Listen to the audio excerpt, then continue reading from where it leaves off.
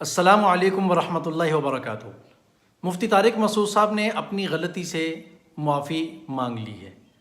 ایک دفعہ نہیں، دو دفعہ نہیں، تین دفعہ، چار دفعہ میرے خیال میں ہو چکا ہے، بلکہ شاید 5 دفعہ بھی ہو چکا ہوگا۔ تو یہاں پر کچھ لوگ سوال اٹھا رہے ہیں کہ معافی کس چیز کی مانگ رہے ہیں، یہ غلطی کی معافی مانگ رہے ہیں تو وہ تو 100% مل سکتی ہے، اور اگر گستاخی کی معافی مانگ رہے ہیں تو وہ ہم معاف نہیں کریں گے۔ اب یہاں پر ایک مسئلہ یہ کھڑا ہو گیا ہے کہ لوگوں سے یہ فرق نہیں ہو پا رہا کہ غلطی اور گستاخی میں فرق کیا ہے۔ غلطی کہتے ہیں جو غلطی سے آسانی سے سمجھ لیں، آپ الفاظ کی سلیکشن میں ان سے غلطی ہو گئی ہے۔ اب اس کی ایک اور دوسری میں مثال دے کر سمجھانے کی کوشش کرتا ہوں کہ مثال کے طور پر آپ کسی ایسے ٹائم میں اپنے کمرے میں داخل ہوئے کہ اندھیرا تھا، لائٹ بھی نہیں تھی، آپ چیئر کے اوپر بیٹھنا چاہ رہے تھے، کرسی کے اوپر، تو آپ بغیر دیکھے ہوئے بیٹھ گئے اس کے اوپر، لیکن جیسے ہی آپ بیٹھے آپ کو احساس ہوا کہ یہاں پر کسی نے قرآن پاک رکھا ہوا تھا اور آپ قرآن پاک کے اوپر بیٹھ گئے، تو آپ کیا کریں گے؟ فوراً اس کو اٹھائیں گے، چومیں گے، ماتھے کو لگائیں گے، سینے کو لگائیں گے، اللہ تعالیٰ سے معافی مانگیں گے، اس کو سائڈ پہ رکھ دیں گے۔ بات سمجھ رہے ہیں؟ یہ کہتے ہیں غلطی۔ لیکن اگر آپ کو پتہ تھا کہ قرآن پاک رکھا ہوا ہے اور آپ کسی وجہ سے ٹینشن میں تھے کہ مطلب آپ نے کہا تھا کہ میں ظہر کی نماز پڑھوں گا، میرا فلاں کام ہو جائے گا، آپ نے ظہر کی نماز پڑھی لیکن وہ کام نہیں ہوا، تو آپ غصے میں آ کر جان بوجھ کے قرآن پاک کے اوپر بیٹھ گئے کہ نہیں میں اوپر بیٹھوں گا، اس کی یہ گستاخی ہے، صراحتاً گستاخی ہے۔ میرے خیال میں کچھ مثال سمجھ میں آئی۔ اب یہ بھی میں یہ سمجھتا ہوں کہ یہ بھی شاید مفتی صاحب کی ایک غلطی تھی کہ انہوں نے عوام کے مینٹل لیول سے ذرا اوپر سے تھوڑی اوپر بات کی ہے جو ان کو سمجھ نہیں آئی، اسپیشلی ایک علمی گہرائی والی بات ایک ایسی جنریشن کے سامنے کرنا جن کا علمی لیول آج کے دور میں سسٹریالوجی، مدر اینڈ ڈاٹریالوجی، بیہودہ فیملی ویلوگریالوجی، ٹک ٹاکریالوجی، بیگو لائیویالوجی اور پورنوگرافیالوجی سے زیادہ نہیں ہے۔ آج کل کی عوام کا جو ذہنی لیول ہے نا، جو زیادہ غصے میں آ رہے ہیں، جوش میں آ رہے ہیں، وہ یہ ان کا لیول ہے۔ ان کے سامنے اتنی بڑی علمی بات کرنا میں سمجھتا ہوں شاید یہ بھی ان سے ایک غلطی ہوئی ہے۔ بہرحال حدیث پاک میں آتا ہے کلم الناس علی قدر عقولہم، لوگوں سے ان کے لیول کے مطابق بات کرنی چاہیے۔ ان کے سامنے بس صرف 2 اور 2 4 یہ اس طرح کی واضح بات کرے جو ان کو سمجھ میں آئے۔ خیر بہرحال بات چل رہی تھی غلطی کی، تو اگر غلطی سے ہو تو معافی ہے، اگر یہ غلطی جان بوجھ کے ہو تو یہ گناہ ہے، اور یہی چیز اگر جان بوجھ کر مقدس ہستیوں کے بارے میں اور مقدس چیزوں کے بارے میں کی جائے تو یہ گستاخی کہلاتا ہے۔ اب اس اصول کو سامنے رکھتے ہوئے مفتی صاحب کے معاملے کو آپ دیکھیں تو سب دودھ کا دودھ اور پانی کا پانی ہو جائے گا، لیکن اس کے باوجود بھی اگر کوئی سر تن سے جدا گستاخی کی سزا دلوانا ہی چاہتا ہے تو پھر مطلب بھائی جان سیدھا سیدھا یہ ہے کہ یہ گستاخی ابھی والی نہیں ہے، یہ کوئی پرانی گستاخی ہے جو ان کی نظر میں گستاخی تھی، لیکن اگر یہ اس وقت شور شرابہ کرتے نا تو لوگ اس کو گستاخی نہیں مانتے، تو یہ موقع کی تلاش میں تھے۔ اب ان کو یہاں پر موقع ملا ہے ان پرانی گستاخیوں کا بدلہ چکانے کا۔ وہ گستاخیاں مثال کے طور پر آپ سیدھا سیدھا سمجھ لیں کہ رسوم کے خلاف بولنا، قبروں کے خلاف بولنا، قبروں پر مزار بنانا اور غیر شرعی رسمیں کرنا اور نئی نئی بدعات کو ایجاد کرنا، شرک کے خلاف بولنا، یہ ساری چیزیں بیچ میں شامل ہیں۔ یہ پرانی گستاخیاں تھیں ساری اکٹھی ہوئی جن کا بدلہ آج چکا رہے ہیں۔ تو بھائی اگر آپ لوگوں کو گستاخ کا سر قلم کرنے کا اور غازی بننے کا اتنا ہی زیادہ شوق ہے تو پھر اپنے روحانی پیشواؤں کی کتابیں اٹھائیں، ذرا اپنے فتاوی جات اٹھائیں، ان کی عبارتیں پڑھیں اور ان کو دیکھیں اس میں کیا کیا لکھا ہوا ہے۔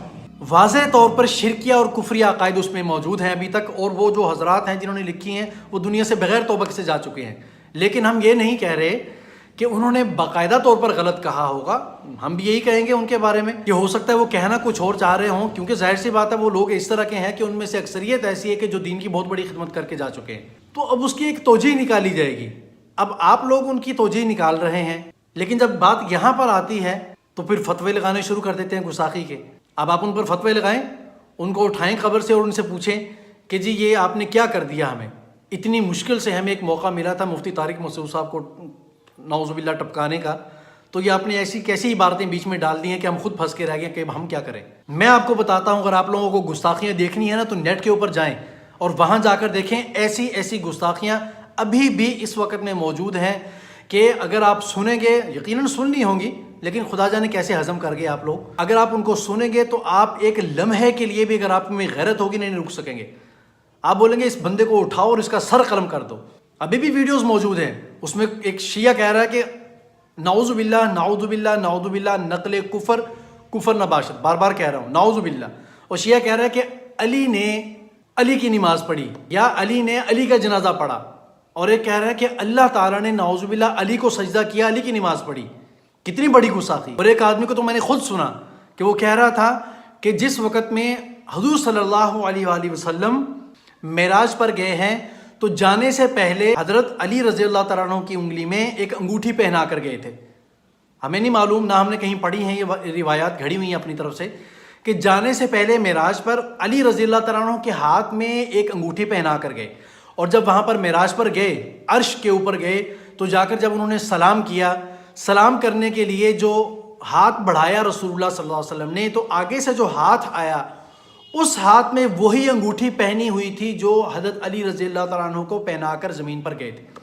تو بات تو سمجھ گئے آپ کیا کہنا چاہ رہے ہیں، کہ یعنی کہ یہی ہاتھ اصل میں اللہ تعالیٰ کا وہ ہاتھ تھا، یعنی کہ علی کا ہاتھ تھا یہ۔ تو اس طریقے سے وہ ثابت کیا، اور جو سننے والے تھے وہ انہوں نے نعرے لگائے اور شور شرابہ کیا کہ جی کیا بات کر دی آپ نے، سبحان اللہ یہ وہ، اور علی کے نعرے لگانے شروع کر دیے۔ کتنی بڑی گستاخی ہے یہ، ان کو کیوں نہیں پکڑتے آپ لوگ؟ اور ایک آدمی آ کر اٹھ کر کہتا ہے کہ وَإِنَّ مِن شِيَعَتِهِ لَإِبْرَاهِيمَ، حضرت ابراہیم علیہ السلام شیعہ تھے، اور ایک تیسرا چوتھا شیعہ آ کر بیٹھتا ہے، وہ کہہ رہا ہے کہ أَلَمْ نَشْرَحْ لَكَ صَدْرَكَ۔ یہ ایک صورت ہے، یہ ایک آیت ہے، آسان ترجمہ ہے اس کا، أَلَمْ نشرح لک صدرک۔ اللہ تعالیٰ حضور صلی اللہ علیہ وسلم سے فرما رہے ہیں کیا ہم نے آپ کا سینہ نہیں کھول دیا دین کے لیے، علم کے لیے، فقاہت کے لیے، قرآن کے لیے، ہدایت کے لیے؟ تو یہ اس آیت کا ترجمہ دیکھو کیسے انداز سے کر رہے ہیں، علم کیا نہیں، اس کو کہہ رہے ہیں علم، وہ جو شیعہ علم نکالتے ہیں، علم نشرح لکا، کہ علم نشتر پارک سے نکلے گا، لکا صدرک، صدر تک جائے گا۔ اندازہ کرو کتنا بڑا بلنڈر مارا ہے قرآن پاک کے اندر، اور کتنا خطرناک ترجمہ کیا ہے۔ یہ لوگ آپ کو نظر نہیں آتے؟ ان کو تو پروف بھی نیٹ کے اوپر موجود ہیں بھائی، ابھی بھی ویڈیوز پڑھی، میرے پاس بھی رکھی ہوئی ہیں، کسی کو چاہیے تو بتائیے گا۔ تو وہاں آپ ان لوگوں کو کیوں نہیں پکڑتے؟ وہاں یہ کریں گے بھی نہیں، پتہ نہیں ان کے ساتھ کوئی ایکا کیا ہوا ہے، اللہ نہ کرے، اور وہاں کر بھی نہیں سکیں گے شاید، کیونکہ وہاں ان کا بس چلتا نہیں ہے۔ آپ کو یاد ہوگا کہ عمران خان صاحب کے دور حکومت کے اندر ان سے 2-3 دفعہ اس طرح کی کچھ مسٹیک ہو گئی تھی۔ اب ظاہر سی بات ہے وہ عالم تو نہیں ہے، وہ کہنا کچھ اور چاہ رہے ہوں گے، ان سے کچھ اور نکل گیا۔ خیر بہرحال میں ابھی ڈسکس کی طرف نہیں جا رہا، لیکن اس وقت ان سے کیا کہا گیا کہ جی آپ معذرت کریں، آپ اپنے ان الفاظ کی وضاحت کریں، آپ یوں کریں، آپ وہ کریں، کیونکہ وہاں گورنمنٹ تھی نا، وہاں یہ کچھ کرتے اور ان کو پکڑ کے سب کو لائن میں لٹکا دیتے، وہاں نہیں یہ کچھ کر سکتے۔ یہاں پر آ کر سارا اپنا نظرہ ان کے اوپر گرا رہے ہیں۔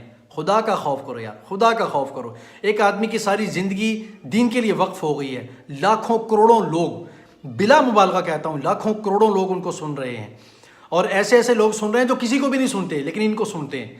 لڑکیوں کی اور لڑکوں کی، خاص طور پر کالج اور یونیورسٹی کے لوگوں کی بہت ساری زندگیاں بدلی ہیں۔ لڑکیوں نے نقاب کرنا شروع کر دی ہیں، لوگوں کی زندگیاں بدل گئی ہیں، سنت کے اور رسول اللہ کی زندگی کے قریب آئے ہیں ان کی وجہ سے۔ اگر ان سے یہ چھوٹی سی غلطی ہو بھی گئی ہے اور پھر اس پر معافی مانگ چکے ہیں باقاعدہ، حضور علیہ الصلوۃ والسلام کی زندگی میں ہمیں اس کی مثالیں ملتی ہیں۔ بھائی آپ ابھر کر عشق رسول جو دکھا رہے ہیں، تو آپ یہ بھی تو تھوڑا سا دکھائیں کہ رسول کی زندگی کہاں ہے۔ اس کو عشق تھوڑی کہتے ہیں۔ رسول اللہ کی زندگی میں یہ مثال نہیں ملتی کیا ہمیں؟ حضرت حاطب بن ابی بلتع، یہ بدری صحابی ہیں، انہوں نے جو ایک راز افشا کر دیا تھا فتح مکہ سے پہلے، تو وحی کے ذریعے سے اللہ تعالیٰ نے حضور صلی اللہ علیہ وسلم کو بتا دیا کہ ایک عورت خط لے کر جا رہی ہے، اس میں سارے راز ہیں جنگ کے۔ تو آپ علیہ الصلوۃ والسلام نے عورت کو پکڑا، بلوایا، ان کو بھی پکڑا، بلوایا، ان سے بات کی، ان سے پوچھا۔ حضرت عمر رضی اللہ عنہ نے فرمایا کہ یا رسول اللہ بس مجھے اجازت دے دیں، میں گردن سے تلوار سے ان کی گردن اتار دوں۔ تو آپ علیہ السلام نے کیا فرمایا کہ آپ کو پتہ نہیں کہ یہ بدری صحابی ہیں؟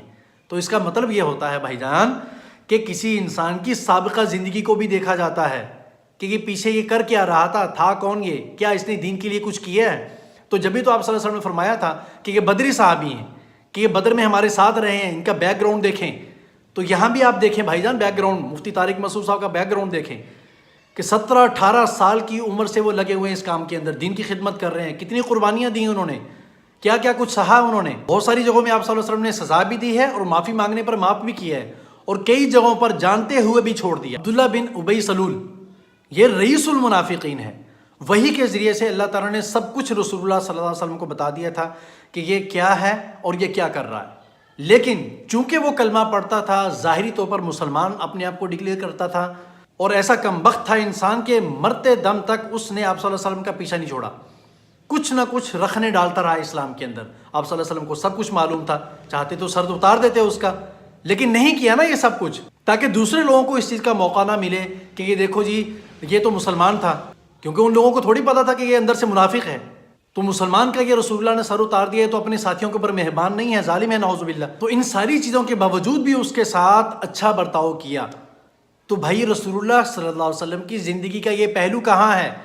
یہ پہلو نہیں آپ دیکھ رہے کہ معافی آپ صلی اللہ علیہ وسلم کی زندگی میں بہت زیادہ ہے. تو اس لیے رحم کریں، تھوڑا سا غصے کو تھوکیں، اپنے مسئلے کی اختلافات کو بالائے طاق رکھتے ہوئے عوام کو سمجھائیں اور دین کی لائن کے اوپر آئیں میرے بھائی. اس طریقے سے کام چلتا رہا تو ملک کے اندر ایک مسئلے کی جنگ شروع ہو جائے گی. بات سمجھ رہے ہیں میرے خیال میں؟